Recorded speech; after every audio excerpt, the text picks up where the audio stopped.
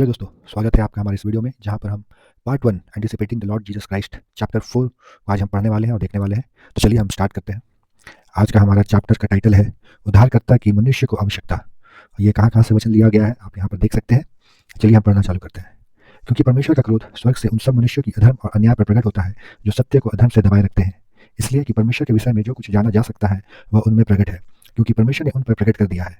क्योंकि जगत की सृष्टि के समय से उसके अदृश्य गुण अर्थात उसकी सनातन सामर्थ्य और ईश्वरत्व सृजे गए पदार्थों के द्वारा स्पष्ट दिखाई देते हैं, ताकि वे निरुत्तर रहे। क्योंकि वे परमेश्वर को जानने पर भी ना तो परमेश्वर के योग्य उसकी महिमा करते थे और न धन्यवाद, परंतु उनकी कल्पनाएं व्यर्थ हो गई और उनका निर्बुद्धि मन अंधकारमय हो गया।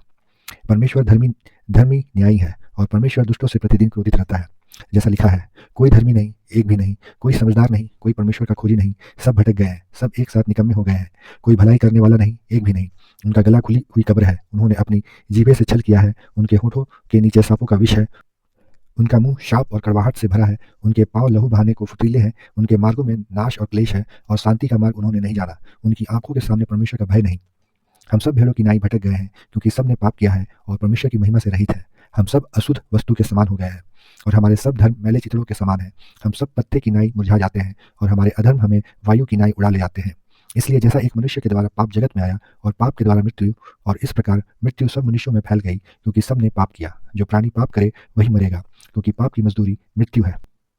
और तुम अपने अपराधों और पापों के कारण मरे हुए थे, जिनमें तुम पहले इस संसार के रीति पर और आकाश के अधिकार के प्रधान के अनुसार चलते थे, उस आत्मा के अनुसार जो अब आज्ञा न मानने वालों में कार्य कर रही है।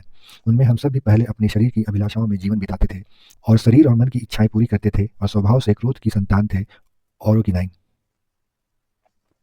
इसलिए जैसा एक मनुष्य के अपराध से सब मनुष्य पर दोषारोपण का न्याय हुआ, वैसे ही एक मनुष्य के धर्ममय काम से सब मनुष्य के लिए जीवन के औचित्य का दान हुआ।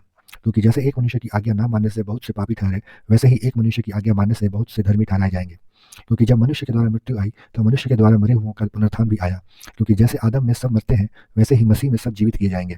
परमेश्वर इस वचन को पढ़े जाने पर आशीष दे। मिलते हैं आपसे अगले वीडियो में अगले चैप्टर के साथ। धन्यवाद।